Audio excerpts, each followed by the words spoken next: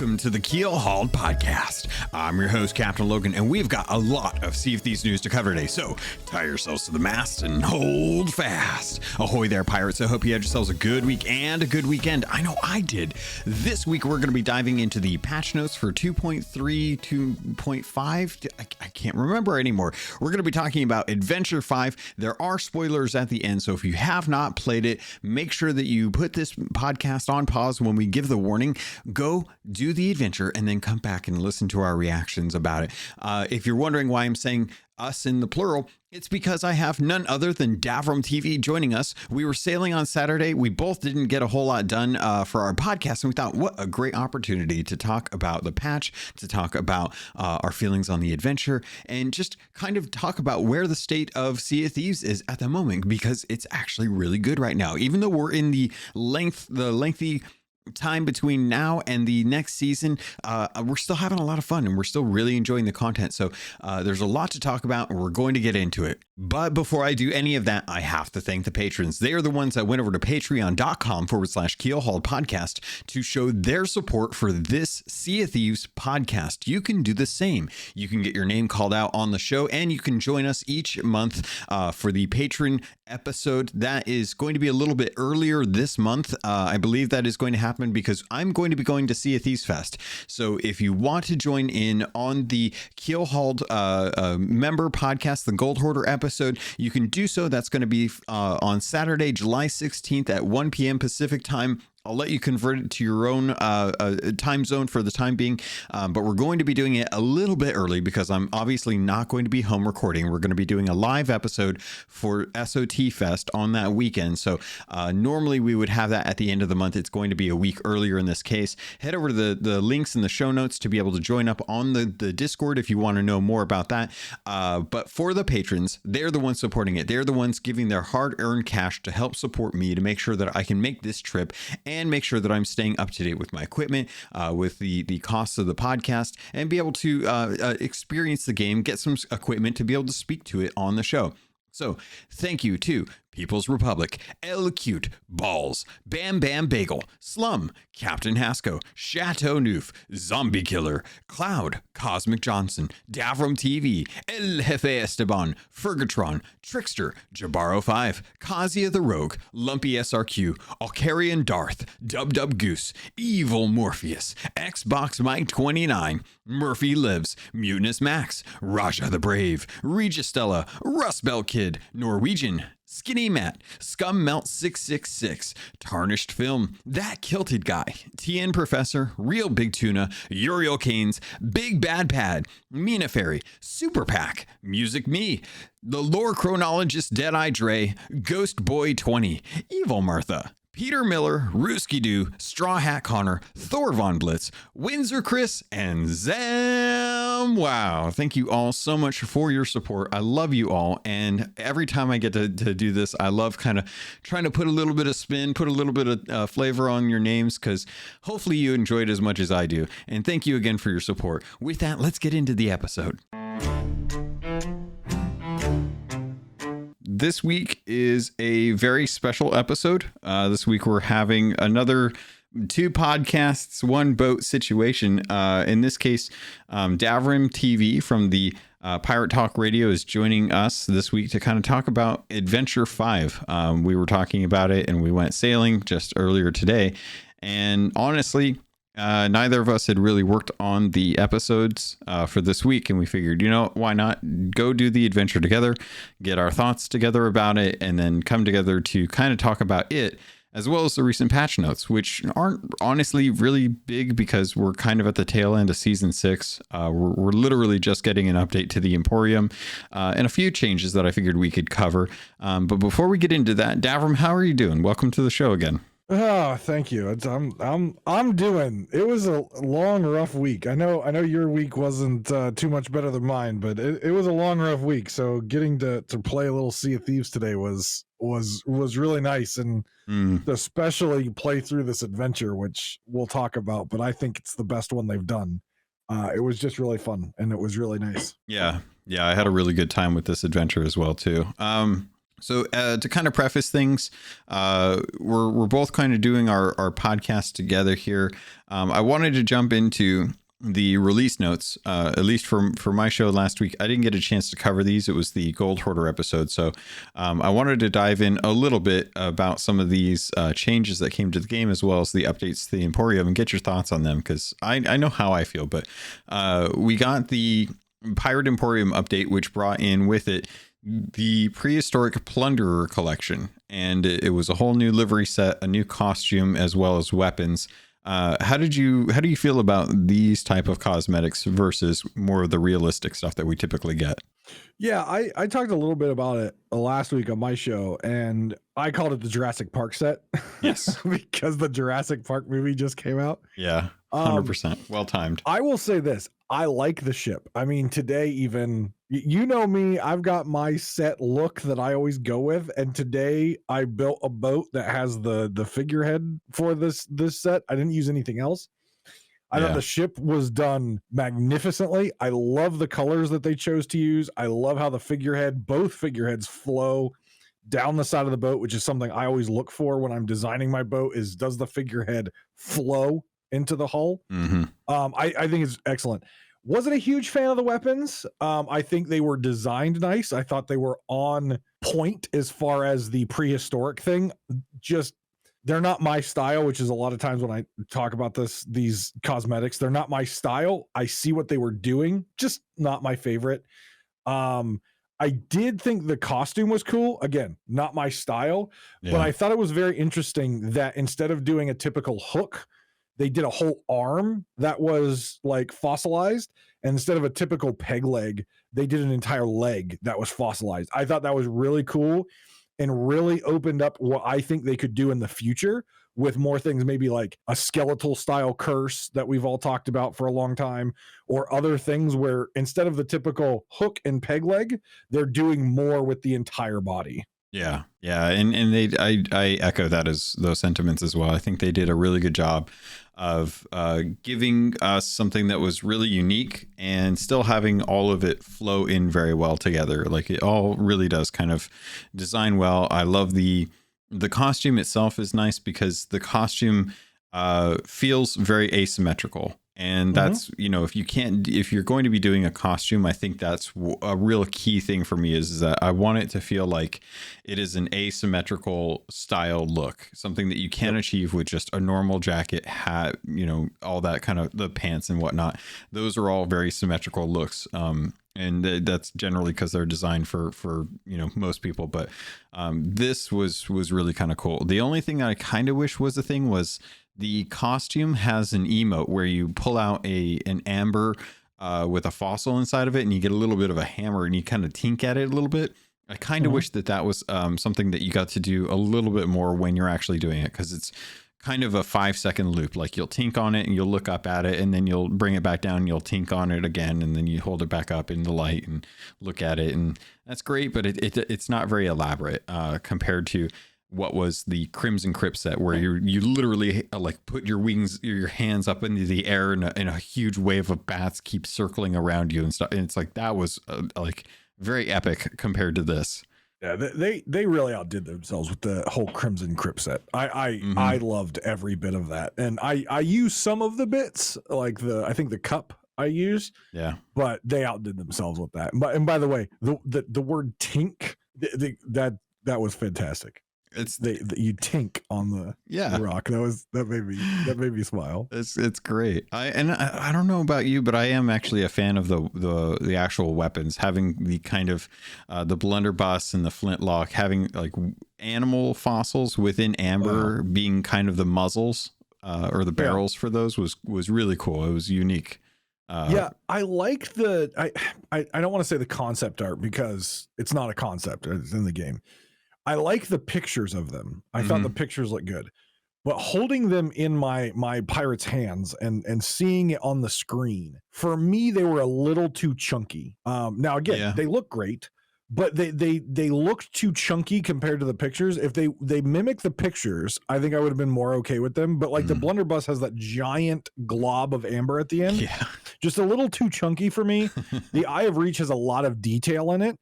And because of that detail, it just gets a little too big and chunky. I've noticed that with several of their really cool Emporium cosmetics is they push in a lot of detail and it gets a little too chunky. Yeah. That's my issue with that. I like, I use the 6-pack, I use the obsidian stuff. It's very streamlined, thin, yeah, and streamlined, and I really like that. Yeah, I agree with that. I do feel bad for the prehistoric plunderer lantern. This was definitely not the time to start throwing custom lanterns into the game, given how many other lanterns we're having to deal with. I think Lantern Fest. It is Lantern Fest, and I'm being lambasted with lanterns at the moment, and I could probably do with a few less torches at the moment.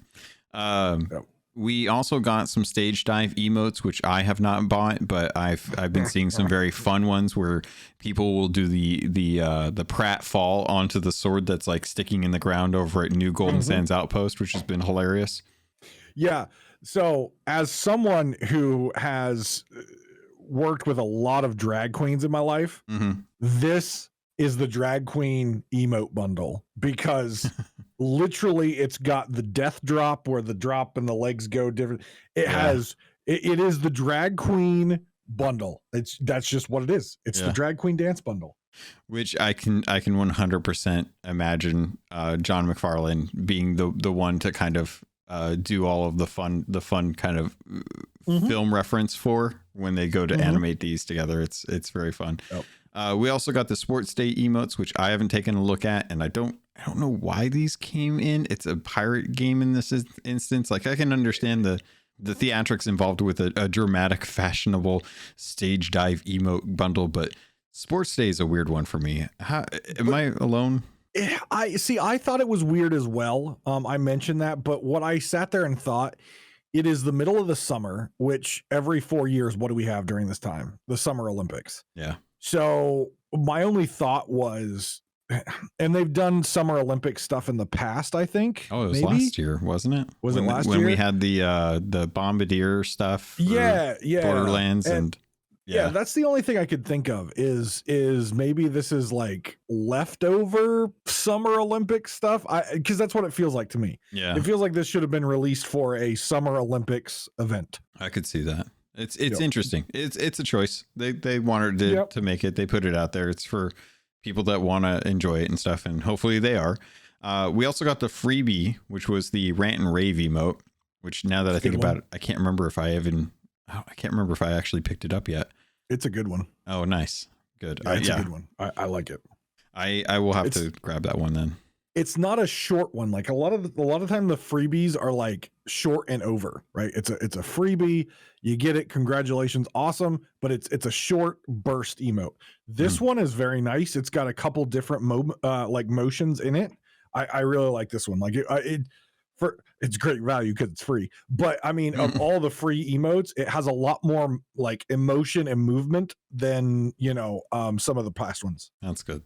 Yeah, I'm happy with the freebie emotes. Nice. It's a nice way to get people into the Emporium, which is obviously the goal there. Right. So money good.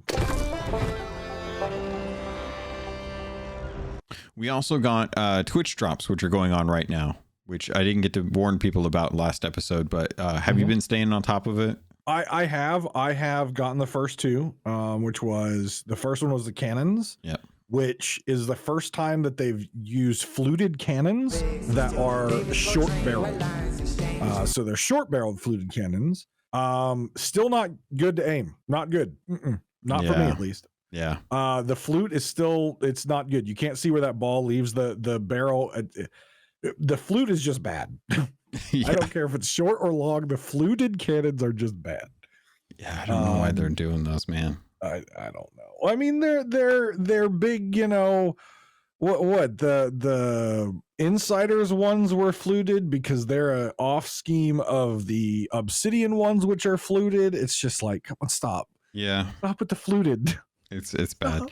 I made the cardinal sin of opening up a website that I haven't previously opened before recording and had the audio going. So I apologize to anyone that had to listen to whatever the hell Twitch had on the front page that was like auto playing while you were giving this very nice description of the fluted cannons, and I was like, really? See, Twitch even wants to silence me. I know, it's unfair. What was today? I don't even know what today was. Today was the Twilight Hunter capstan. And capstan, that's right. Tomorrow is the Twilight Hunter sales, and then Monday is going to be the Twilight Hunter flag, which is just a black flag or a dark blue flag. But why the flag? Where the hell's the hull? You know, funny you mentioned that. It's funny you mentioned that because I think it was Falcor that was complaining about that live on stream. It was either earlier today or yesterday. He's like, why the flag? Of all the things, the flag. Yeah. And he's streaming with Spammels, which Spammels is like a giant teddy bear ball of positivity all the time. Yeah. And Spammels is like, because every boat needs a flag. You've got to have the flag. The flag is an important part of the set. I'm just like, Spammels, give us the hull, not the flag. Yeah. If I had to say why, I'm going to toss this and say that they put in the flag on the last day because it's the least important. They're trying to get people in for the next set of drops, which I imagine will be the wheel, the figurehead, and then the hull, and then probably. I guess that's it. I don't know. Is there a cosmetic I'm not thinking about right now? Because there's only seven. Cannons, capstan, flag. Oh, the flare sales. Oh, flare. Yeah. So I bet it's the they'll flare. probably do another set of 4 days at the start of right around season 7. You think they'll probably do 4 days at season 7? Yeah. Yeah. That's oh man.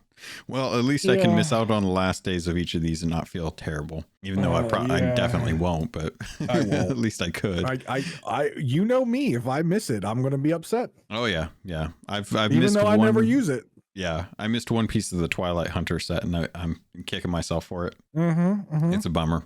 Speaking of sets that just came out, though, we just got the Plucky Ruffian Sea Dog set in the clothing shop, which I don't know about you, but I actually love the Ruffian Sea Dog shirts. It's got that I do as well. collar. Really beautiful set. This one's kind of a weirdish green one that's available for gold, and it's actually really cheap too. It's not like one of the expensive sets. Yeah, usually the Sea Dog stuff is kind of like the swabby or what I would call the newbie clothes, even though for some reason every newbie goes for the crab, kraken, and ashen set. But like this is the Ruffian Sea Dog stuff is very much swabby. Yeah, very cheap, very affordable. Love it. Clothing, but yeah, I the color is interesting, but I dig it. I'm okay with the color. The pants are nice. The pants are like, they're not a black pants. They're like a dark blue pants. And they look really good. The color goes really well with the hat, the unfeasibly hard to get hat that you get for doing something special in the game. That's something that one that I noticed happens to go really well with. If that hat, you have it. I don't. I'm sorry. Thanks for rubbing it in. I'm sorry. I had to bring it up. Joe has put a ban on me getting that hat. You know, I posted something the other day and he liked it, and I was like, oh my god, he doesn't have me muted. That's weird. He probably has me muted. I 100% felt that Joe had me muted for a very long time. For a very long time. I was 100% positive. I'm like, he's got me muted. I don't know what I did. I probably tweet too much, but I'm almost certain that he's got me muted. This is one that I wanted to bring up with you because genuinely, while Sea of Thieves is continuing to ask for our money, we just talked about the prehistoric the set that came out, the Jurassic Park set. We just talked about more ways to spend money and to follow and feed into the media machine that is the Twitch drops and such. We got an accessibility update with this patch that was swapping the analog sticks, and I can't say that I ever thought that this would be something that would be required, but I'm glad that they put it into the game because I don't know who needs this, but at least if the option's there, this option is available. I know you're a huge fan of accessibility as well too. What were your thoughts kind of getting into this one? Yeah, so anytime, and I've said this multiple times over the years that I've played the game, Sea of Thieves does an excellent job of trying to figure out new ways for people to be able to play their game, regardless of exceptionality. How can we make our game playable for everyone? Obviously, there's limitations. There is a point where they can't do everything, but they go above and beyond to do what they can. I don't use a controller. I have an Elite controller laying around here somewhere. I don't play on controller. So for me, it doesn't impact me at all. And that's why sometimes I miss some of these accessibility options, because they don't impact me. But if it's going into the game, to me, that means there's enough people that this would impact for them to spend the time to code it, right? Yeah. Because you're literally, I mean, I know about the controller, but it's very common, right? Right stick is look and left stick is move, right? Is that how it normally is? No, yeah. That's how it normally is. It's been a while since I've looked at controller, but yes, last time I looked at controller had right stick look, left stick move. For every game, right? For every first person shooter game, that's how it is. Yeah, that's how controller. In my mind, that was maybe it wasn't, but in my mind, that is a significant development effort. Yeah. They would have only done that if it impacts enough people. Yeah. I was thinking about this when I was reading the patch notes, and this is something that I've noticed with a lot of Microsoft Studio games. Halo, if I recall correctly, has this setting when I was digging through the setting options for that. And I'm pretty sure a lot of their other games do. So I tend to wonder if this is something that is kind of one of those, you work for Microsoft as a Microsoft Studio.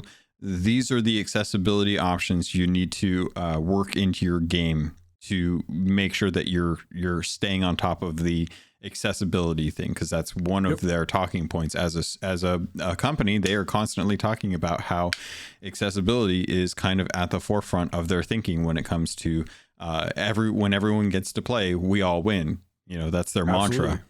So it's nice to see this. That's how all games should be. Right? That's how all should be. Imagine everyone getting to play games and everyone getting to enjoy games regardless of what games you like. Imagine that. What a crazy concept.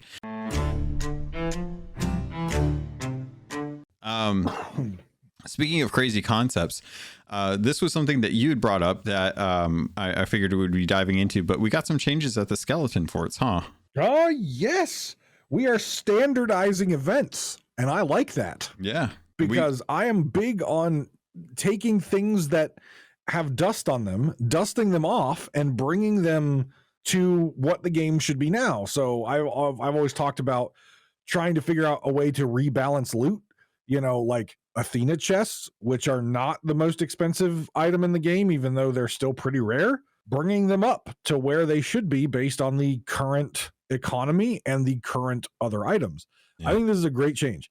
So the idea of making the skeleton forts, the forts that have been there forever, to have the same style of barrels as the new Phantom forts, which are very popular for people to stop by and stock up. So you've got your ammunition red barrels with the cannonball logos on the front.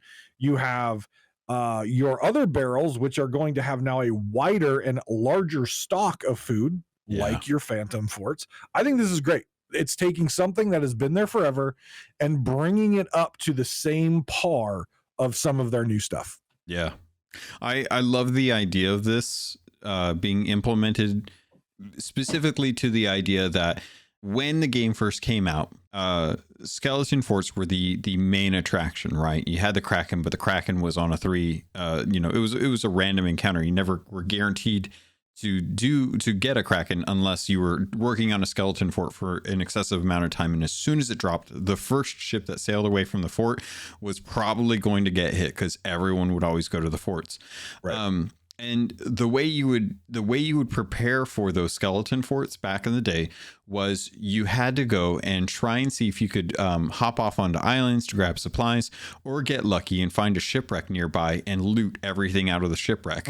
5 bananas at a time, 10 cannonballs at a time, and 5 wood planks at a time. And it took a while. So it gave players an opportunity to kind of be able to work on the fort while other people were trying to restock their ship. And nowadays, given that we have things like sea forts, barrels of plenty with harpoons and storage crates, you can buy resources now. the amount of time it takes to get restocked on a fresh ship if you got sunk trying to take out someone at a sea fort or not a sea fort, a skeleton fort, is significantly lower. So having a regular skeleton fort where not only are you not just working on skeleton waves, 15 skeleton waves, and then a skeleton captain. Now it is like skeleton waves, skeleton captains, and then a skeleton lord, which is more difficult than normal. Having the wider range of fruit, having better barrels, more designated barrels and stuff to give people an idea of what to expect when you actually go to those barrels, not only helps balance the actual skeleton fort itself based on what its new enemy types are like, but it also helps those that are at that fort be able to better defend themselves against people who are coming in, given that they've been stuck at the fort for, half hour, 20 minutes, 30 minutes, however long it takes for them to do that, compared to someone who is able to go loot 2 skeleton forts on the way over and get 300 cannonballs for 15 minutes worth of time. Yep. And it's huge. And things like in games like Sea of Thieves, where in the past there's heavy setup time, right? Getting all of your stuff, and previously, from before you could buy your storage crates and your cannonball crates and your wood crate and your fruit crate from the merchant, there was 5 planks, 10 cannonballs, at a time. Yeah. That's how it was. You go loot the barrels, you run to your ship, you deposit it. You loot your barrels, run to your ship, deposit it. And so the setup time in video games, in my mind, is another barrier to entry, right? If you're a brand new player getting into a game and you realize that the first 15, 20 minutes of your playing is just stocking up, probably not a game that you're gonna stick around for a lot, right? Like, I come from a game that I love, EverQuest. It would take you 15, 20, 30 minutes just to get to where you're going to camp and kill things, right? World of Warcraft changed that in the MMO world. Sea of Thieves is, I think, trying to do a better job of reducing that barrier to entry, getting you into the game, getting you doing something that makes you feel accomplished as fast as possible, which is going to keep those players playing longer and coming back. Yeah, 100%. And I think that that's a great way to kind of segue into what is kind of the main topic that we wanted to touch on, which is how do you get players invested in a games as a service when you have 2 weeks of time frame where there's a new adventure. So we got Adventure 5. It finally came out. We got a really awesome trailer this week that really kind of dove into the kind of setup for this adventure. If you guys haven't gotten a chance to watch it, I definitely recommend doing it. It's a couple minutes, and having the barrier to entry lowered for how long it takes to get supplies, how long it takes for you to get out onto the sea, is going to be great for folks who want to go and see these trailers and experience whatever the hell's going on in Sea of Thieves without feeling like they are hindered by being prepared or being properly stocked on a ship. It's like that. It's great that you don't necessarily need to do everything, because by the time you get onto a tavern, you should already have a better supply of ships or stocks on the island that you're able to grab with a storage crate. The thing that I would love to be able to see is if they are going to have a wider array of food and supplies on forts. I hope they do this for the outposts, because the outposts agreed are kind of a mix. And forgive me for who it is. That's actually one of our Discord members was actually kind of doing some research on this, and I can't remember where they posted it, which is a bummer. But they had kind of a spreadsheet going based on the supplies that they would get at taverns or outposts compared to sea forts, and the discussion was kind of like, this is what you would get at an outpost versus what you would get at a sea post. And sea posts had typically a guaranteed more cannonballs and planks, but the wider array of food was more meat based at the sea forts. And it was like, well, that right there, that is a huge a huge difference between what's available at a lot of the taverns. And I think that the taverns really do a good job of giving you the base supplies that you would need, but nothing that would progress your like hunter's call. Like you can't pop into an outpost, grab a whole bunch of fish and be like, all right, cool, now I can head over to a hunter's call and be able to do this without working at it at all. But I do hope that they broaden the amount of supplies that you're able to kind of bring them up with the rest of the sea posts. Yeah, and that goes back to the skeleton fort we talked about just a little bit ago, and it goes back to what I was talking about rebalancing the loot, right? More rare loot giving you more gold. We have all these awesome places now, skeletal forts, phantom forts. We've got all these awesome places that give you supplies of plenty, but you have to sail to them. Yeah. I think the next stage of that, and now I agree, I don't think you should be getting pork chops and potentially rare fish out of outposts. I don't think you should be getting that, right? Because then that's going to mean you go there, you don't have to fight anyone necessarily, you get your thing, you go to the hunter's call, you turn it in. Yeah, no, I don't like that. But maybe a pineapple, a couple mangoes, some more cannonballs, chain shots, a couple curse balls, kind of bring the outpost barrel loot up to not to equal of the skeleton fort or phantom fort, but just give you a little bit more. So you don't always have to go to the skeleton fort or the phantom fort before you feel comfortable sailing out. You've got a good stock of a variety of things that are going to help you. Yeah. Yeah, I definitely like that. And I hope they continue it. I do too. I hope that this is just kind of them taking a look at, and this does kind of fall into the quality of life stuff that we're constantly asking for. We want them to keep things balanced between the introduction of new stuff so that, yeah, sure, it's great that that's new. But everyone is still working on other stuff as well too. It's not like people have stopped. Well, I mean, probably a lot of people have stopped the shrines and the treasuries. I can't see anyone going to do those too often. I never started them. Yeah, I know you did like. I do want my coral curse, but 4. I'm so anti shrines and treasuries. I like the bad taste in my mouth when those came out. I was livid. I was like, what is this crap? Well, we don't have to talk about that. We can talk about the undocumented change that we got that I think impacts the game more than anything that season 4 brought us, and that was the reduced time for getting on to the ferry and then getting out of the ferry. It's actually documented. Oh, was it documented? I didn't see it in the patch notes. Oh, is it? I don't. It's where's? Oh, that's right. Let me You're see right. Here. Yeah, it's performance and stability improvements make to reduce scenarios where players can experience extended black screen load times when using mermaids or returning from the ferry of the damned. You know what I was thinking of? It was they never said the time it takes, which correct. Everyone seems to have an opinion on. In my experience, I counted as 15 seconds down from 30, but I've been told that that's wrong. So who knows? End of the day, what I will say, and there's a lot of people out there on Twitter and a lot of people out there on Reddit that are angry, and we experienced one of them tonight on the seas who was angry because they failed to sink us because, and I quote, I miscalculated the new spawn timers.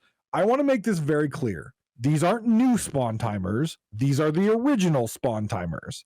The game was bogged down with server performance and bugs and issues. That is why you had the extended black screen. That is why you had the extended time in the ferries. It was not the original code. It was not the original intent. They have brought the game back to where it was, where it started. If you're not good enough to still sink a ship now because you don't have to fight them once you kill them once, you need to work on your skill, because the game is now better because players get to play Sea of Thieves, not Sea of Black Screen or Sea of Ferry of the Damned. I feel like I need to go back and watch an old video of me dying and coming back to the ferry and clock it, because I remember it being longer. I know that we've had the issue with the extended black screens where it was just it was buggy. It was definitely buggy. That person, they and to whoever you are, I just want you, if you happen to be listening to this and you happen to come across a sloop and you were solo on a blank sails galleon at Sanctuary Outpost, you didn't account for the sloop having two people. You killed one, and then I came back from going to the bathroom, saw that our mast was down and Davrim was dead, and I was like, oh, I should probably go help. So I came back and I killed you as you were sitting there face deep into our storage crate, and you got bitter about it. But that's okay. Yeah. It's fine. It's not. And I also want to state that whatever bounce that blunderbomb had that knocked me off the boat, I've never seen a blunderbomb knock someone off the boat at that angle. I was completely caught off guard by that. I was attached to the sail, for God's sake. You miscalculated the angle of that blunderbomb. I miscalculated the angle of that blunderbomb because it knocked me in a direction I never thought a blunderbomb could knock you. I've been really happy with this update as I look to kind of wrap things up, unless there was a couple more things that you wanted to dive into. Yeah, I think think the ferry one is huge, right? Yeah. And as well as other listeners out there, I am very critical when it comes to patch notes, and I'm very critical to Rare on a lot of things. But I will also be the first to give credit when credit's due. And this patch, though it's not introducing a crap ton of new content and things for players to do, there were a lot of both graphical fixes and performance and stability fixes of long-term bugs that have caused players so much pain for a very long time. And I give Rare all the credit in the world for doing what they say they're going to do, and that is, we're working on it. Now, we never got dates of when things were going to get better, but things are getting better. And this patch is a prime example. You already brought up the spawn time. Another big one that has caused players enormous amount of pain and probably more support tickets than Rare wants to think about is you can no longer swing your sword around the ship waiting for a respawn to identify where the player is going to spawn camp them. That has been removed. You can no longer do that. You will no longer get an audio cue. Yeah. That is huge, especially for new players, because there's nothing worse than getting spawn camped. And before you even if you had a reduced black screen, you're already getting killed because they know where you're spawning. It is a horrible player experience, and it's been there for a long time, and now it's been resolved. And that is massive in my mind. Yeah, makes a huge difference in the playability and the enjoyment of the game when people can legit just be able to not have to get instantly killed. And now what I will say is that it is still possible for people to kill you pretty much right after you spawn. I watch Fuzzy Bond, and Fuzzy Bond always has very calculated. Him and Jackie get on a ship, and they've got flintlocks, and they will wait till they see someone respawn, and then they will both plan to instantly keep an eye out so that they can kill that person from two different people just after they respawn. The person always has an opportunity to be able to fight back or get off the ship. There's lots of ways that they can kind of deal with it, but they will always kind of keep an eye out for that. They're not running around trying to figure out where they're going to spawn. They're just nope, we're going to sit, we're going to wait, and we're going to be patient and try and find out when they actually are going to show up. And that to me is a lot more fair gameplay than it is for anyone else that's been trying to say oh, well, this isn't fair. I got onto the, this or that. The excuses run wild, but I'm glad to see that at least they're looking to try and balance that stuff. But what were some of the other things? Oh, sorry. The only other two items that in my mind were big ones. Obviously they made a lot of changes to server performance and hit registration are both on there, which I always love to see when both of those are on there. And then to be able to play and see that it is better, right? Today when we played, I wasn't feeling, now again, I am one person on one server. I wasn't feeling hit registration as bad as it has been. I was not getting a lot of lag and rubber banding as I have in the past. So clearly something is working. Is it perfect? No, but it's improving. And that's what I want to see. I want to see improvement. Now, when we get to the tail end of this month, when we're getting to, the servers have been running a while, will we still see this pretty good server performance? We'll have to wait and see. But right now it feels pretty good. The only other two items that in my mind were big, and that's because it affected their new content, and that was the Veil voyages, is they fixed the disappearing loot.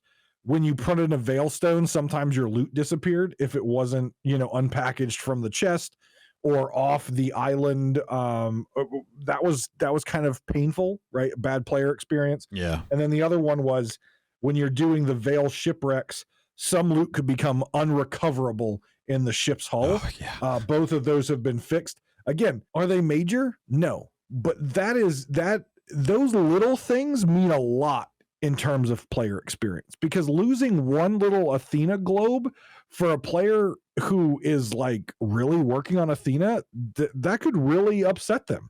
So having that, I think, was really good for them to fix that. Yeah, I agree. And it's one of those expectations that you have, like you want to know that when you go into something that you're not going to run into issues with it, and them just kind of slowly picking away at some of the bugs that they find and stuff makes a huge difference. And I greatly appreciate that.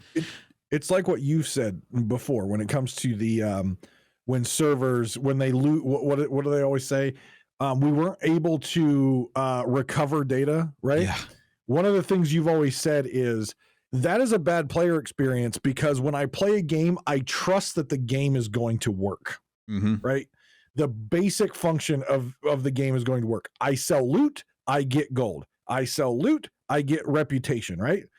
And when that doesn't work, it's really bad player experience. And these are the brand new voyages that are really good, by the way.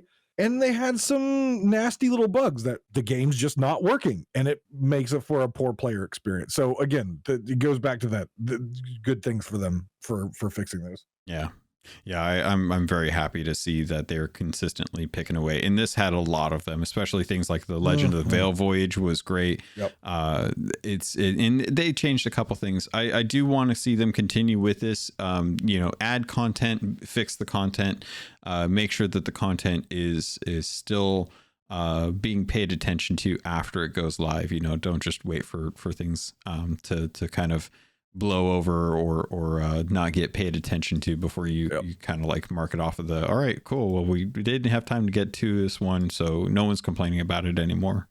I noticed that whoever they have writing the patch notes now clearly doesn't have have an evil eye out for me, because they mentioned a particular blanket and pillow setup that was improperly added to the sloop. And prior to this patch, it has always been referred to as the comfy mattress, which has triggered me since the very first time I've seen it, but they keep calling it the comfy mattress in the patch notes. And I swear it's because someone knows that I don't like that and wants to get me riled up. This time it is known as the sloop's bed. So thank you for not including comfy mattress, even though pets can now be placed on the sloop's bed. To me, does not seem like a good use of development time, but that's fine. Yeah, it's I think they're doing it for the photos, kind of like emotes. Absolutely. And that's one of those. And they're trying to standardize all the ships, right? They're also trying to do that in light that Captain sees on the way, and those ships have to be standardized for that, because clearly if you get a trinket and you put it in your captain's quarters, unless you're going to have 3 different ships, which I could see them doing that, unless you have 3 different ships. If you say, give me my ship, right? Give me the obsidian wing, then that little piece of the Devil's Roar is going to be in the captain's quarters for the sloop, the brig, and the galleon. So they need to have standardized boats in that regard to make that work properly. Yeah, they really do. Hey, you want to know something really, really kind of weird? What? I went back while we were kind of going over some of this stuff, and I grabbed a photo or some footage that I had back when I was testing the game for the scale tests back before launch. And there's a point where I actually recorded how long it took me to go from dying at an outpost where I turned in someone else's loot, and getting back onto the boat. And I kid you not, it took me from, because the video kicks off at 1 hour and what is this, 17 minutes 5 seconds, and I do not get back onto my sloop until 1 hour 18 minutes, almost a full minute of time before I got from the ferry to my ship. So it has definitely been a lot of time on the ferry for a long time, and I would rather have the 15 to 17 seconds that it is now. And a minute doesn't sound like a lot of time. A minute in the grand scheme of things is not a lot of time. No. In Sea of Thieves, a minute is an eternity. Yeah. It's insane. A minute is literally an eternity in this game. No, you know what's really crazy is after I got back on the ship, my ship had one tier 3 hull and it was only half full. Yeah. Which is crazy. It's crazy to me to look at this old footage. I might have to post this up somewhere. But think if you had fired off and boarded another ship with that tier 3 hull, you fought on that other ship, got the other ship sunk, and still had to wait another minute to get back to your ship. Oh yeah. Like a minute is an eternity and could really mean the difference between sinking and not sinking. Yeah. In so many cases, that's a long time. So I'm very happy for this change. I think it's a very positive change. It's going to keep you on your toes when you do actually, like we went and sank a ship working on a sea fort today, and you were legit like counting down like the time that you thought that the ship was going to see respawns. Like you were calling it out. Yeah. I was on there. I somehow managed to kill these 2 guys. I didn't think I was going to do it. These guys were really good. And the time that it took for them to get back, like I was legit like just sitting there waiting. I couldn't grab anything outside of like 5 pineapples from their barrel. But as soon as I did that, I was like, okay, I did not pay attention to, I wasn't paying attention at all to when they died compared to how long it's been since when they died. And then 17 seconds later, when they should be back on the ship. But it did help sink because I was prepared. I wasn't waiting around. I didn't get distracted by sticking my heads in barrels. Right. It keeps you on your toes. It keeps that. I mean, I know your adrenaline was pumping because you were saying it was pumping, but like that makes the game more exciting. Like how exciting is it when you get on a board and you kill everyone and literally you just stand there for like 30, 45 seconds and just like waiting for it to fill up. Filling up with water. Yeah. Yeah. It's like, yeah, cool. You got the sink, you got the loot, but wouldn't it have been more fun if the fight was better than just, oh yeah, I'm waiting. I'm watching it fill up like a bathtub. Like that's not fun. That's not fun. And what's really interesting about this is I watch a lot of streamers because I'm working all the time, and it's very interesting. Even the division between Sea of Thieves partners. There are some partners that are like just annoyed that players can get back and fight them, right? They're just annoyed by the fact that they can come back quicker and fight them. And then there are other partners that are like, thank God it's back to the way it used to be. Like, yeah, it's more fun now. People get to play now. I get longer fights now. It's not, oh, I blow a couple holes in your sloop and drop your mast, I board, kill you, and it's over. Like and then you server hop, right? It's keeps you going. It keeps the battle going. This is an excellent fix.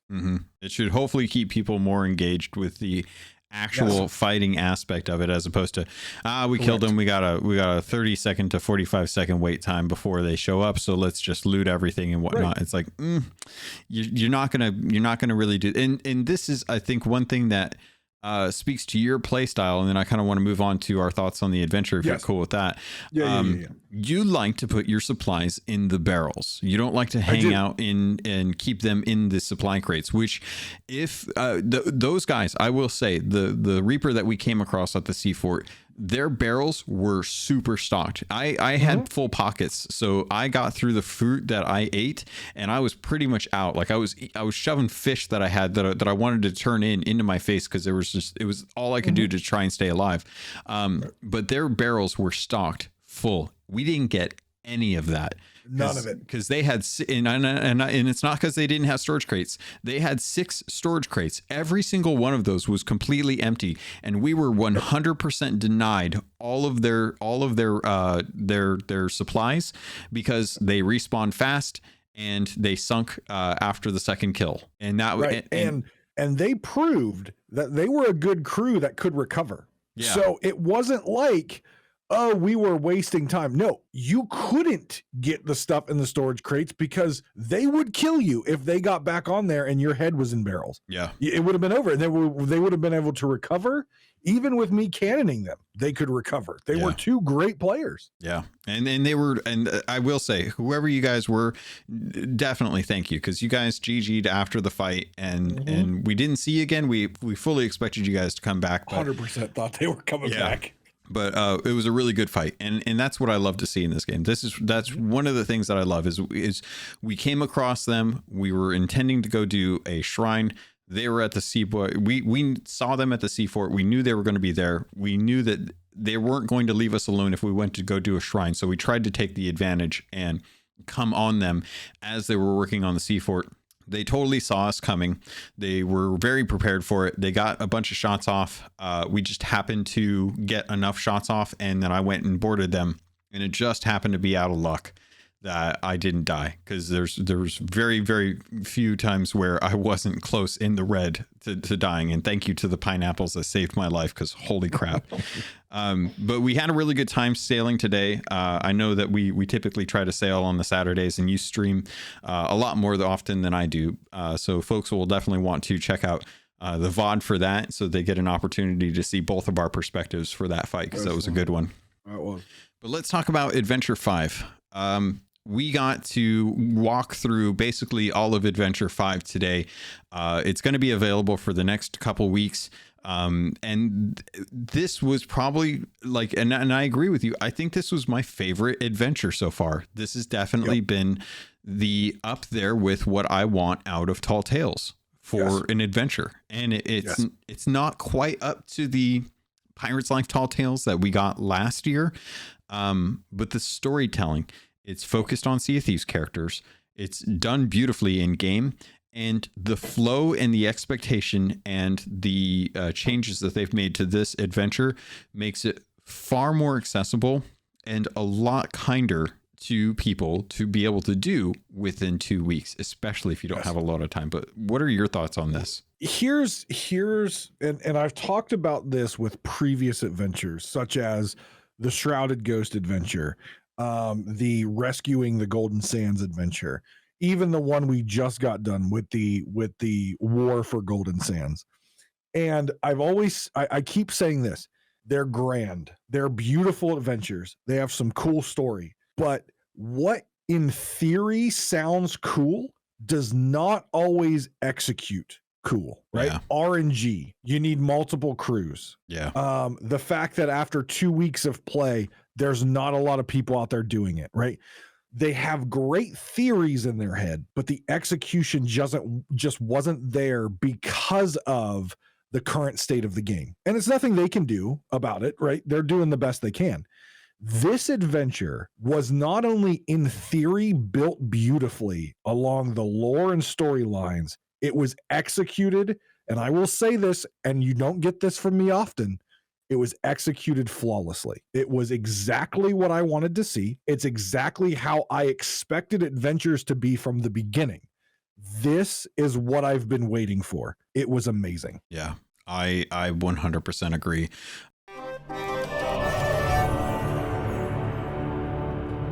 Ahoy there, pirates. This is the ad for this episode, and I did want to let you know, if you wanted to avoid these and just get a regular filler, you can head over to the Patreon. There's a special feed just for patrons that get the ad-free version. If you want to keep listening, though, I can't say I blame you, because this week I want to let you know about Loot Crate and getting 15% off of most crates and crate subscriptions when you use the link and code RobotsRadio in the show notes. Also, you can head over to audiobooks.com, get your first 3 audiobooks for free, and that can include any 2 VIP books, or use the affiliate link for Green Man Gaming. If you're a PC gamer or you'd like to save money on games, it's one of the benefits of being a PC gamer.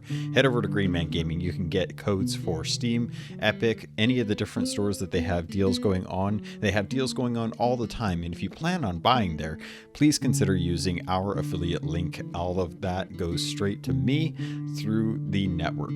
Thank you all so much for everything that you do to support this podcast. It means the world to me, and I continue to try and improve the quality and the content for you. With that, pirates, let's get back to the show.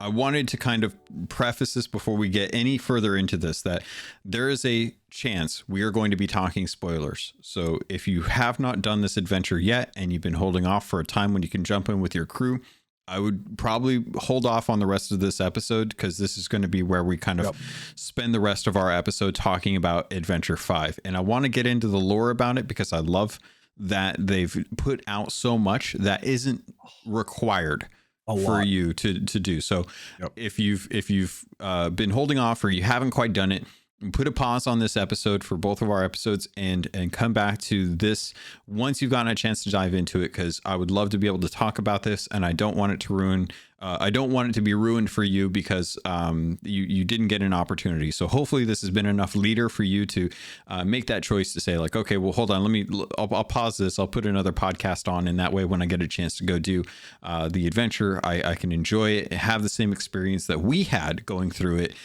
without feeling like I've already been told what's going to happen. With that, spoilers have been warned. We've been diving into this. DeMarco's dead. Huh? Sorry, spoilers. DeMarco's dead. Oh, DeMarco's, yeah. Well, yeah, about that. I'm still hoping he's alive. I don't think it's going to happen, but I'm still hoping he's alive. Adventure 5. Someone else is dead. Someone else is dead. And we found out about this thanks to the cinematic trailer that was released on Monday that we haven't been able to talk about. But we found out that Merrick was killed. He was sent to the ferry or the Sea of the Damned, and a lot more has been kind of revealed about the kind of the flow chart, I guess, for the Sea of the Damned and the Sea of Thieves. Right. When you die, you don't immediately go to the ferry. The ferry is where you show up that you recollect. But if essentially you get sent to the Sea of the Damned, you're not always transported to a version of the Sea of the Damned, much like Sailor's Grave from A Pirate's Life, where it is kind of a haven for lost souls. But you're essentially dropped on a beach, and there is a dock, and the dock is where a lot of the ferryman's associates, the Wraith, are there to kind of help usher you onto the boat. They're punching tickets, essentially. And we got an opportunity to see some sailors who are part of the first crew kind of greet Merrick on the beach and be like, oh, hey, you might want to get in line, because you might not make it on this boat, or, hang out here, whatever. It's totally you. I'm going back to the land of the living. And it was jovial. It was great. It really shows the testament to what I love about Sea of Thieves, which is we're all here to have fun. And it's not about, like, oh, I died, I lost my stuff. It's like, you know what? You died. It's fine. You'll come back. It's not like death is a permanence in Sea of Thieves. Unless you get sent there and someone's waiting for you and it's not the Wraith or Shelley. Speaking, that's right. Shelley was also in that in that trailer. Yeah. And can I say, I John McMurtry, I love your writing. I think you've done a stellar job with the cinematics and coming up with the scripts for this. I know if Mike Chapman had his say of this, there would have been a no tickets reference smushed in here from Indiana Jones. There would have 100% been like Shelley punching the ghosts' tickets as they were getting onto the ferry of the damned, and there would be one soul who didn't have their ticket, and Shelley like moves her claw to like do the thumbs like get this guy out of here, and the Wraith just picks him up and chucks him into the sea. Like that's, I 100% expected something like that when seeing this, but that's like such a personal thing for me to be like bugging Mike about. But what did you think of the setting, the atmosphere, the bits of lore that was implied through the cinematic trailer? I want to get your thoughts on this. So first off, Shelly is part of the Dark Brethren confirmed. And second, and I have been on Twitter warring about this specifically with Dre. The reason Merrick is dead is because you all saved Golden Sands. Yeah. You doomed him to die. So I just want to get that out there right now. Yeah. The reason Merrick is dead and you can't turn in fish, I predicted this. I said Merrick's going to die, and now you're not going to be turning in fish in the middle of the map, and you're going to be upset. This is your fault. It's true. Merrick definitely wouldn't have died if we had destroyed Golden Sands and put everyone that was there and killed them all. Well, my thought process is, here's my thought process. Okay. We see the Dark Brethren, at least part of them, in the trailer, right? We see Wanda with an A, and we see your favorite buddy Duke. Yeah. 50% of the Dark Brethren court. Right. They're there.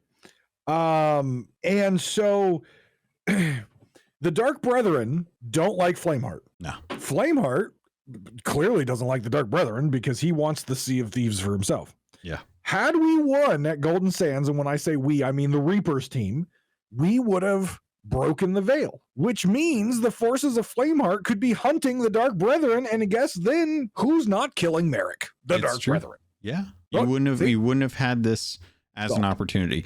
Flameheart definitely wouldn't have killed Merrick out of spite for trying to save Golden Sands. Merrick is piddlings to him. He's like, fisherman. Why bother? Right. So not even his wife cares about him. Not even. I even checked today on stream to see if Sarah cared that Merrick was dead. She doesn't even know. She doesn't know. No clue. No one knows. Everyone else is worried about where he's at. Shark hunting, and she's going to be mad when he gets home. Oh yeah.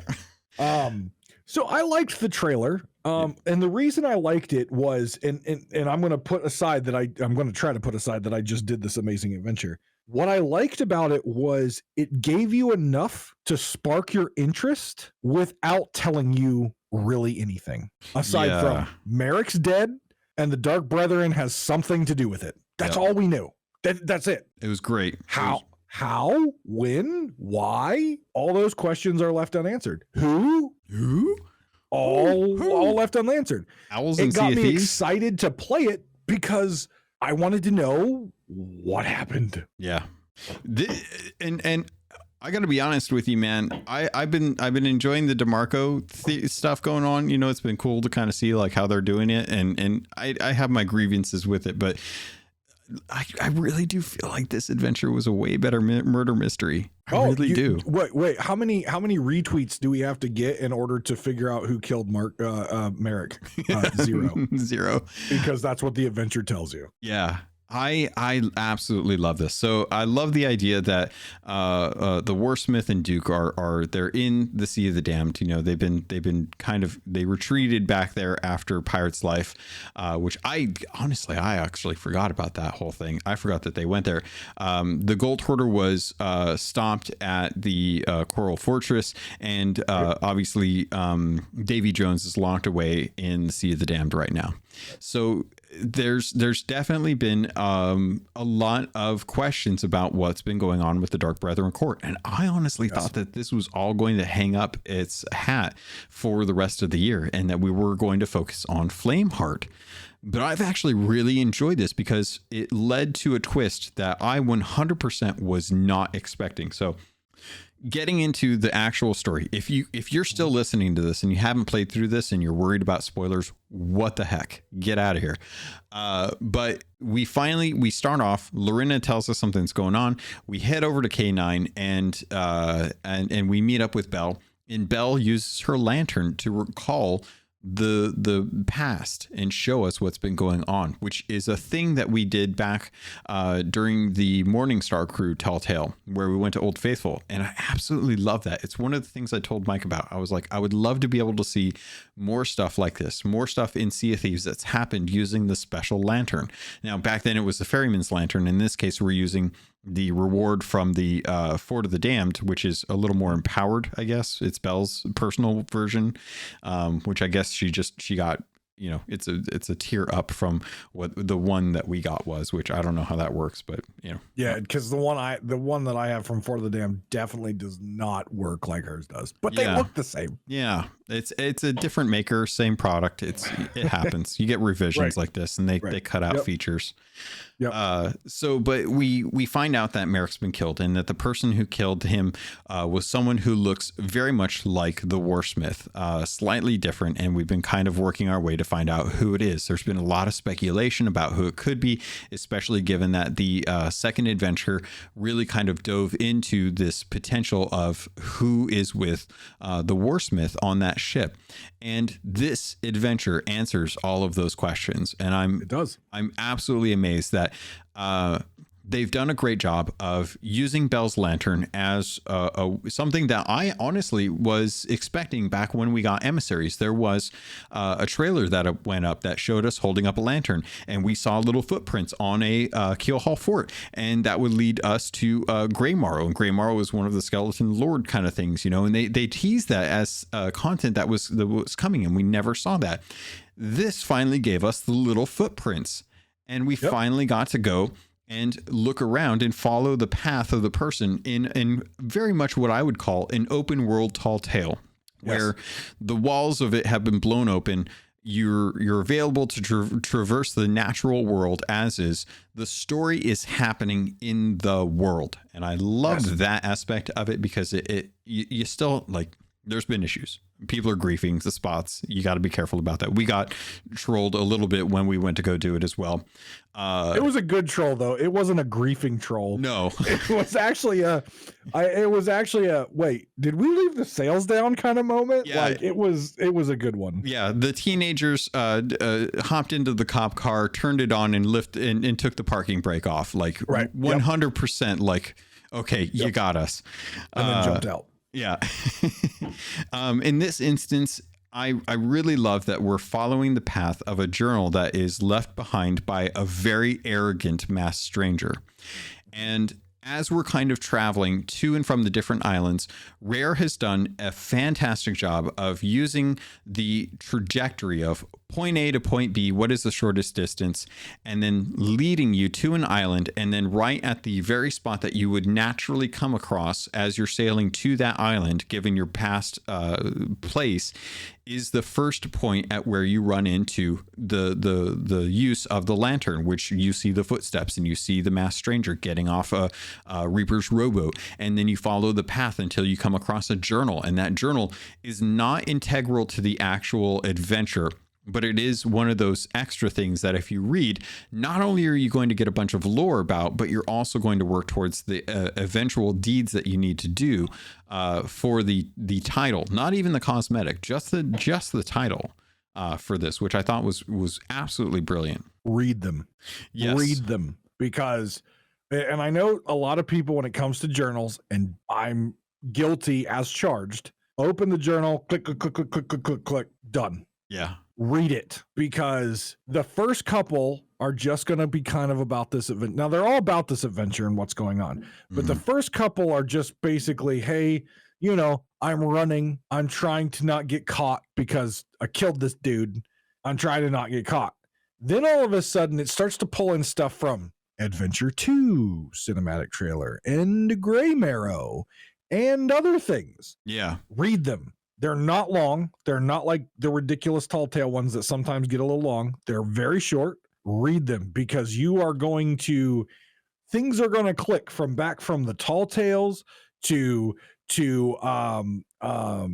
things that are happening now, to just things that happened not too long ago in Adventure 2. Yeah. It's going to all click. Even back as far as A Pirate's Life. We see that in this adventure. And it really starts to pull all these threads together that have been kind of out there, but have not been necessarily completely tied off. And they're starting to bring them all together in this large tapestry. And it's amazing. Yeah. Let's dive into the magical mystery box, the walkie-talkie of the damned. Yes. Yes. We finally Stitcher found out. Jim, are you down there? Stitcher Jim, sir.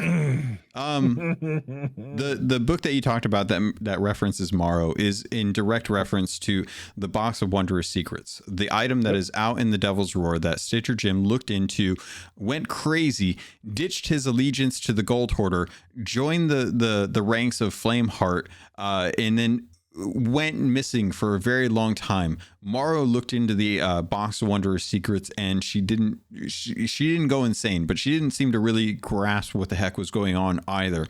We've seen this as of this update, but it wasn't until the adventure went live that we realized why this is here, why this is in Wanda's workshop. We've been venturing every time there's an update. We always go out to Wanderer's refuge. It's true. We always look in Wanda's workshop to see if anything's changed. This time it changed. This time it makes sense. And I'm so happy for that. The Masked Stranger goes to the Box of Wondrous Secrets. And when you go in there with the lantern, you get the voiceover dialogue. The voiced over dialogue, which I cannot express, really immerses you into a story, is having voiced dialogue. Everyone can appreciate that for the most part. But having her talk to her quote unquote sister, who we know to be the warsmith in the Sea of the Damned, through the box it's amazing. It's amazing to realize it's like, okay, it's not just a box that has a thing that looks like the Sea of the Damned night sky, but it's actually a way to communicate with others in the Sea of the Damned. And on top of that, that ties into Adventure 1. Where the Reapers are trying to get all the Boxes of Wondrous Secrets. Yeah. If it's a communication device between the worlds, it's also potentially a way to get Flameheart back, which is what they're trying to do.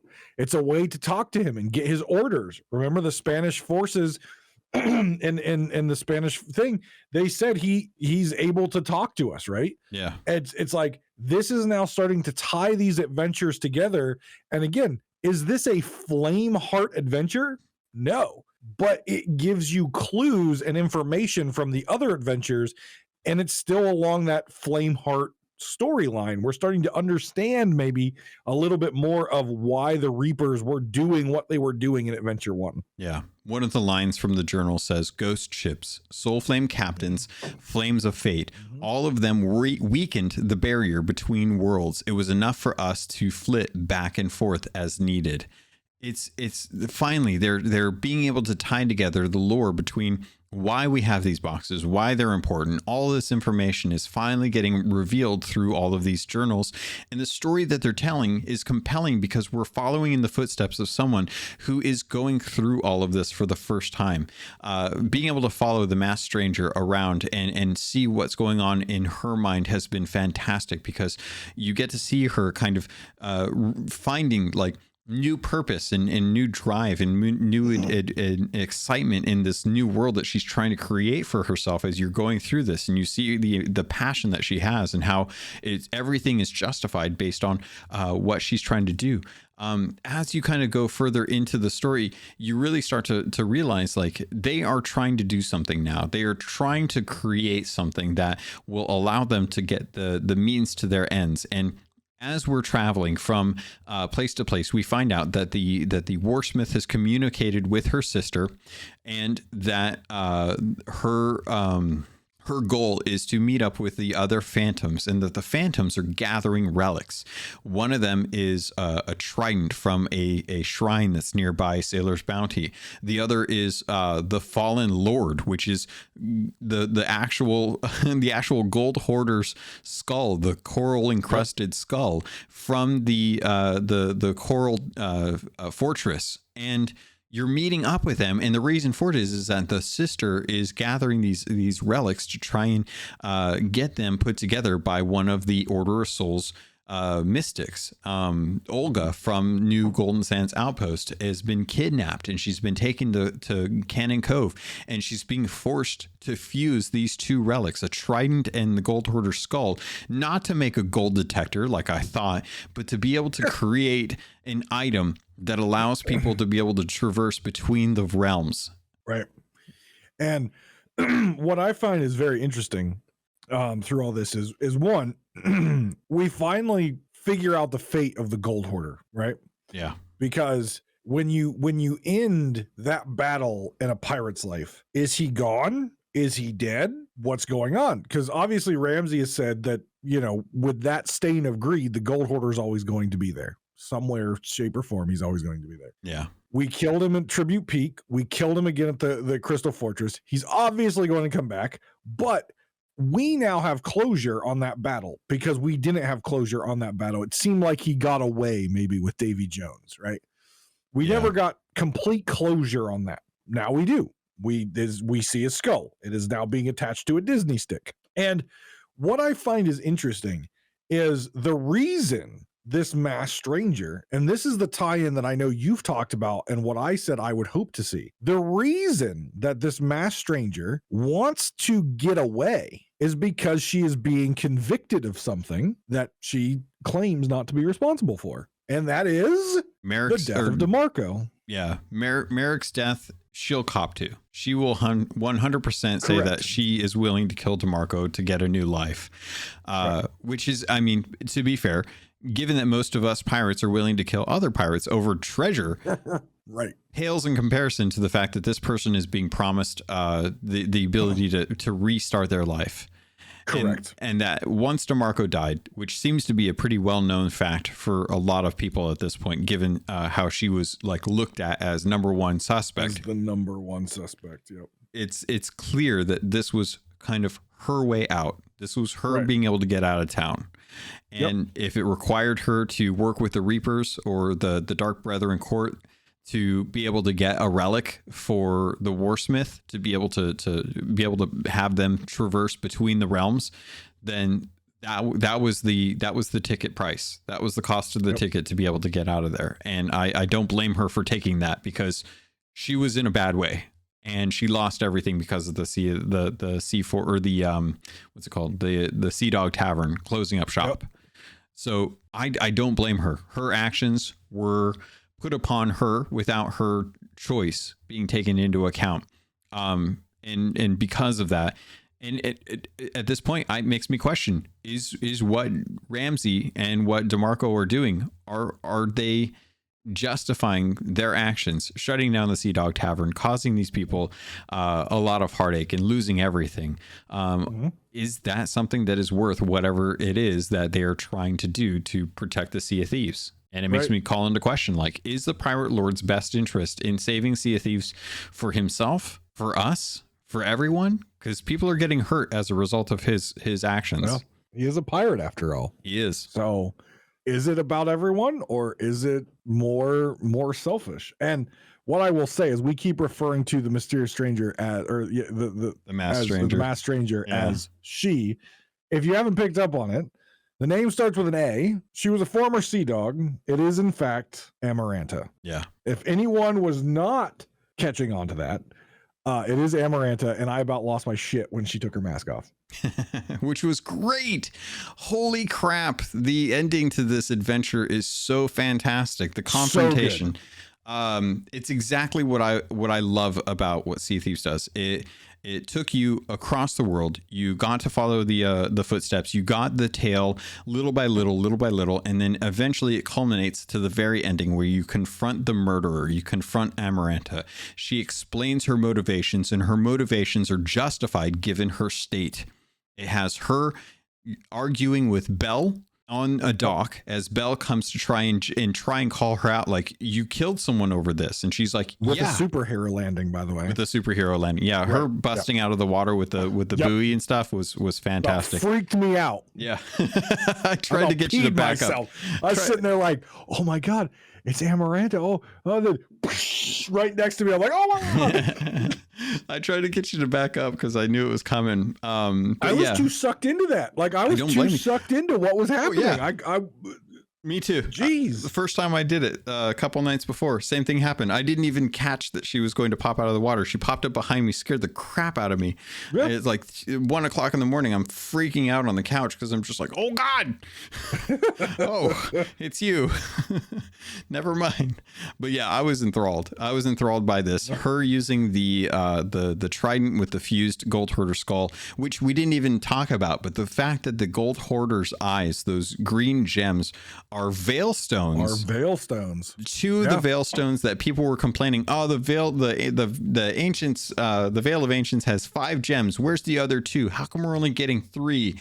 It's like, well, maybe the other 2 were parts of the gold hoarder's eyes, which also ties back to something that I thought was a miscommunication. I thought that when they did the orb stream back in December last year, which, think about it, it's July now, they talked about how the way to get between the realms was in the Belly of Gold, which is the name of the place down in Tribute Peak at the Shores of Gold, where the gold hoarder has his vault, which makes sense because his skull has the ability to give people a way between the realms. Right.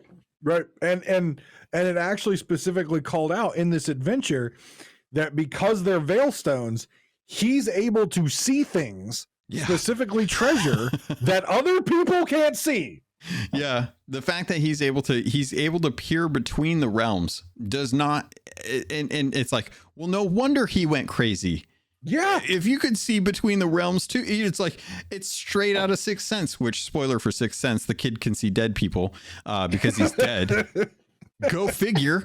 Yeah. Freaking the gold hoarder sitting there, and he's like, I see dead people all the time. I just want my gold. For the love of God, get me all the gold that you can. And they're like, we are getting you all the gold. He's like, no, you aren't.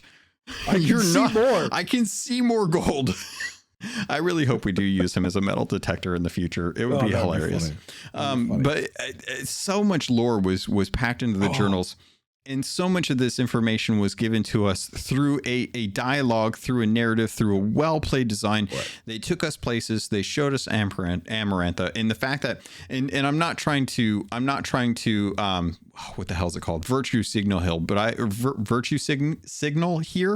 But I do appreciate the fact that it was a woman having a conversation with another woman while another woman was in a portal, kind of being in charge of 2 guys. Yeah. And it was just so good. Is Wanda really a lady anymore? I don't know. She's kind of, I don't know. She's a skeleton. Yeah, she is. I mean, I guess under all the flesh, we're all just bones at some point. Yeah. It's the personality, right? It's what you, it's not. Absolutely. It's the personality is a very strong female. Yeah. Very strong. Good question for Chris Alcock. Yeah. Like, hey, what are Warsmith's pronouns? If you could. But I love the fact that they did this. I thought it was great to have Belle be the one that's out and about doing this. She's done so much better at representing the good nature of Sea of Thieves than Ramses has for the entirety of the frickin', like, the best time that Ramses had was at the end of the Gold Hoarder fight in the original Tall Tales. That was an amazing moment. That and Maiden Voyage are my 2 favorite things that Ramsey has ever done, but that's basically all that he's ever done. Yeah, he just sits down there and he makes the new Athena pea jars. That's all he does now. Oh my God. All right. Before we get too dark.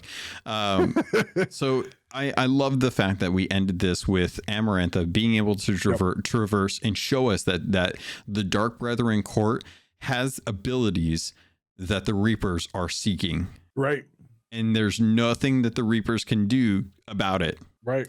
And apparently Merrick has information. We don't know what information at this point, but he has information that they need. Yeah. Information that he may not realize they need. Right. And I think Belle mentions that. Yeah. I think Belle mentions that he may not realize that he has this information. Yeah.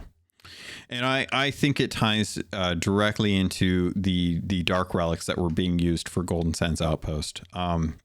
Because it is clear, to me at least, that the Dark Brethren are looking for a way to get Davy Jones free. They're looking to get a way for him free and for the captain to get wherever the captain is to the Sea of Thieves. Right. I think that the Gold Hoarder's skull is the first step in them having an easier way of traversing between the realms.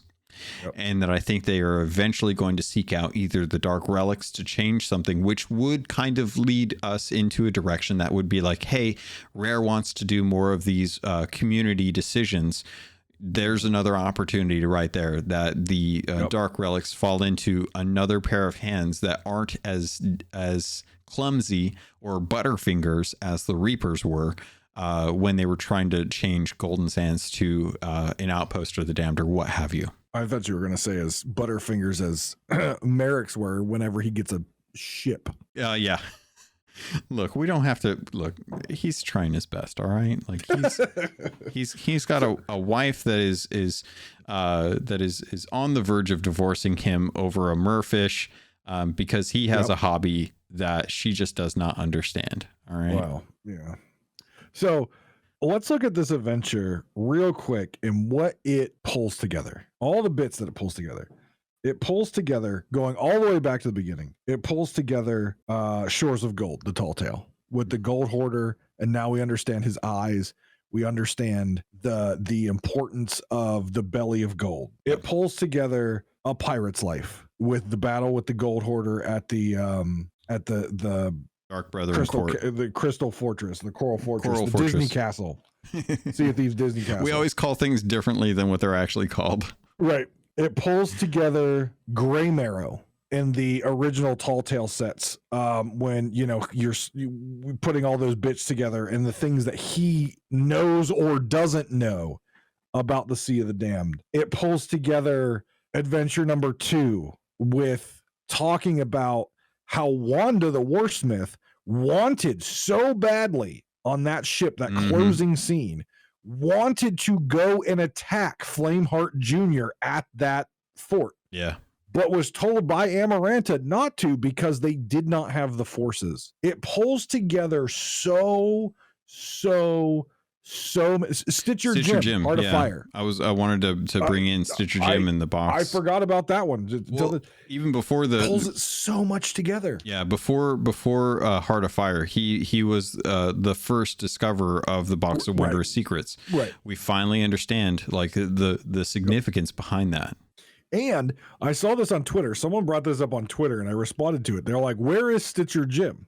And Mike has said time and time again, Stitcher Jim is still out there. And eventually we will find out more about Stitcher Jim, right? Yeah. So, this is another, now we know why Stitcher Jim is somewhere out there, probably just doodling his, a picture on a piece of paper at this point because of what he's been through. He's still alive thanks to the Sea of Thieves RPGs. We found out that he's still alive. We don't know the state of his arm after he stuck his hand into the Curse of Rage or the Chest of Rage. We do feel like, at least for me, I still feel like he is very much infatuated with Flameheart. His place, I would agree. His hideout is untouched. I imagine that will be the next place we want to look when the Reapers decide to make their next move. And I would not be surprised to find out if he is, because he is a great opposite to Duke.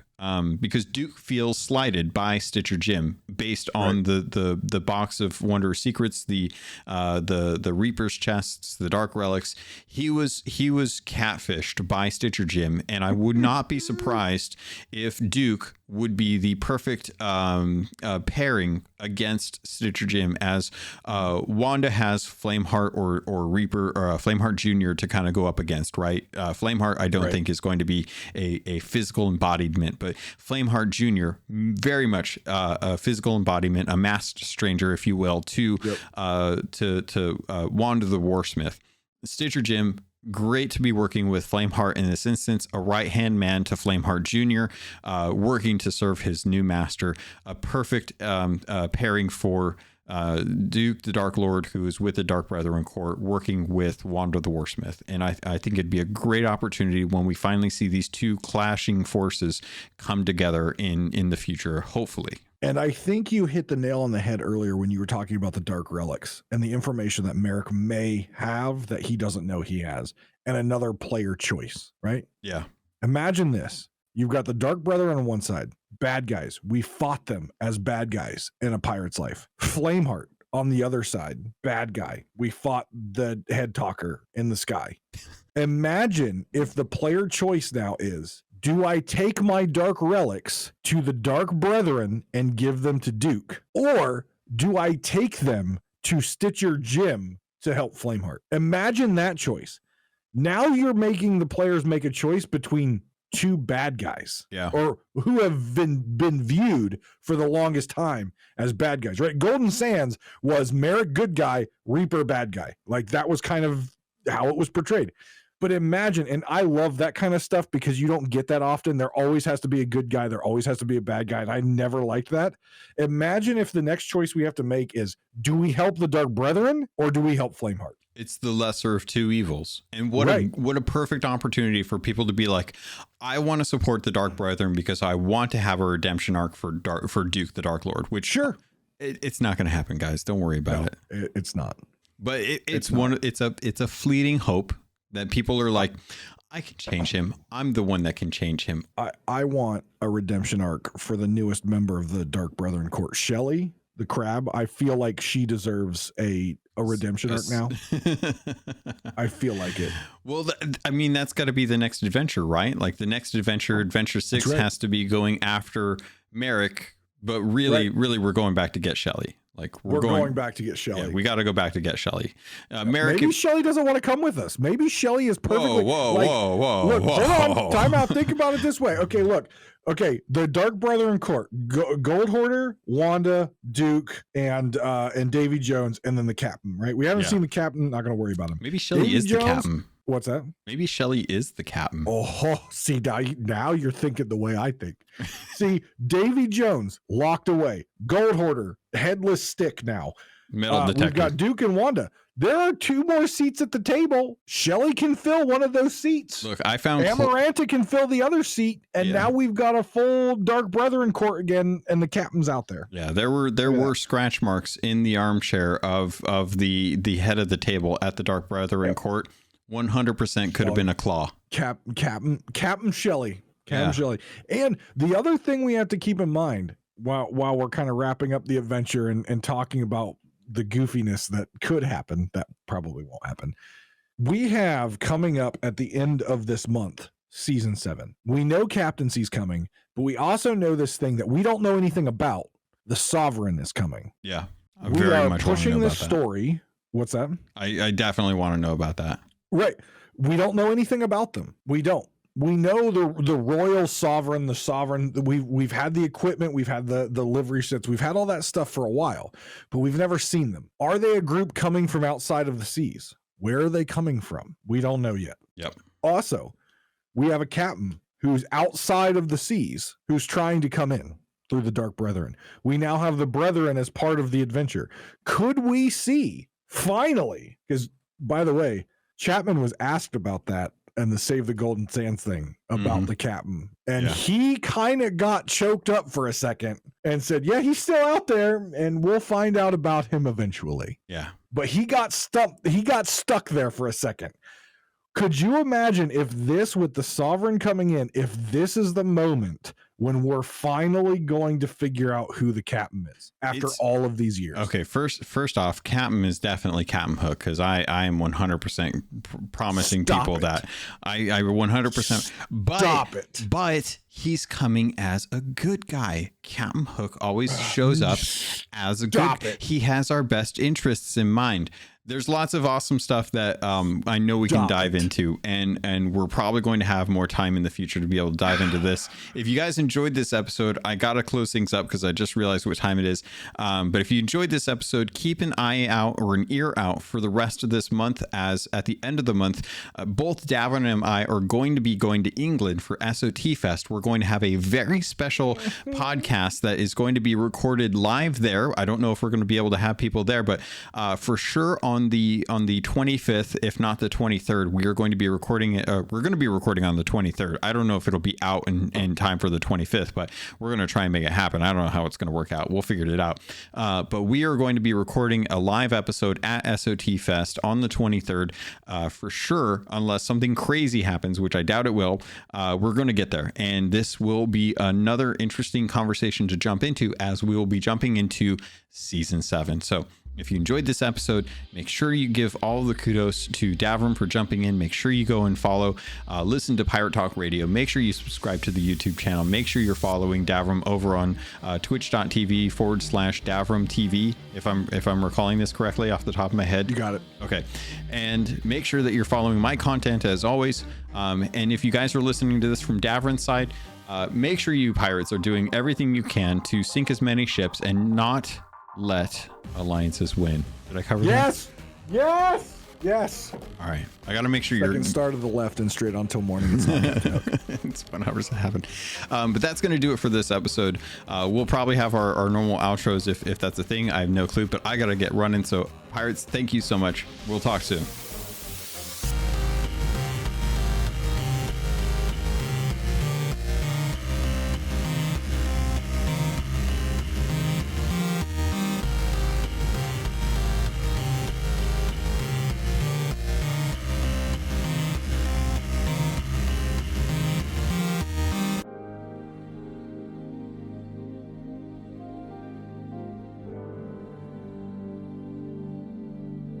You've been listening to a Robots Radio podcast.